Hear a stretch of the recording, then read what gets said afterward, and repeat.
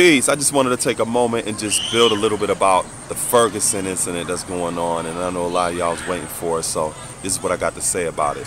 My first response, not reaction, to what's going on in Ferguson is I contacted my family that's down there in St. Louis, or Saudi as we call it.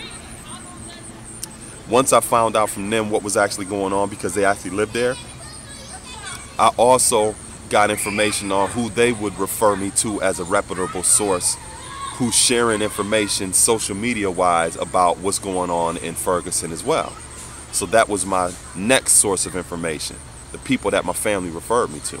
My third source of information was people who I'm already connected with nationally and internationally, who are connected with people who live in Saudi or St. Louis or Ferguson, and who they are referring me to in regards to reputable sources of information. I didn't just go right in listening to Fox News or CNN or any of these sources. Those were my initial responses to getting valid and accurate information. My family, people they referred me to, and people who I'm already connected to, who they referred me to.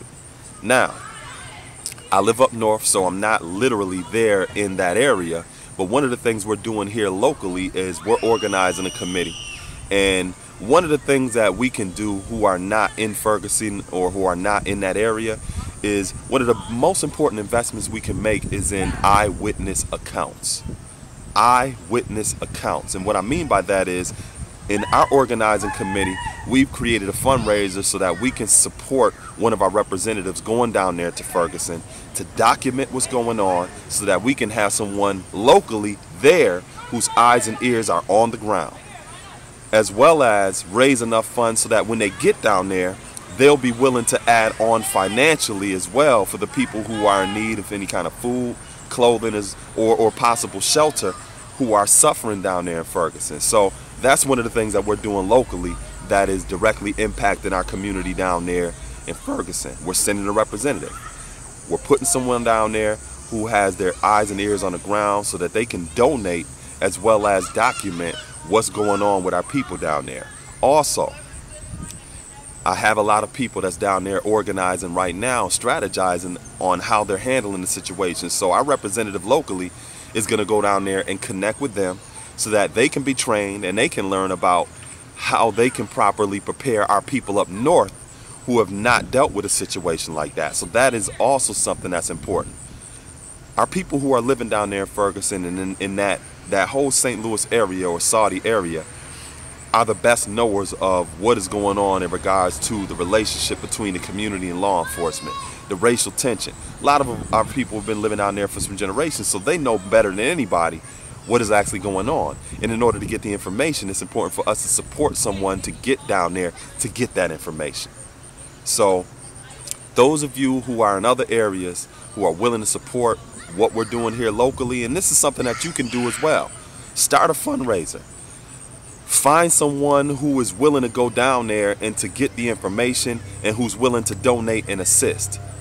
Put your money where your mouth and your vouch is. Support our people to get down there so that we can have people who have eyewitness accounts of what's going on the ground. So if those of you are interested in supporting the fundraiser we're doing, you could just go directly to my website. I put it on all of my videos. It's www.atlantischool.blogspot.com. I'm also going to put it in the explanation part of this video so that you can just click right on the link and go there too. At the top of my webpage, above my Quinaya Publishing banner, you'll see a donate button.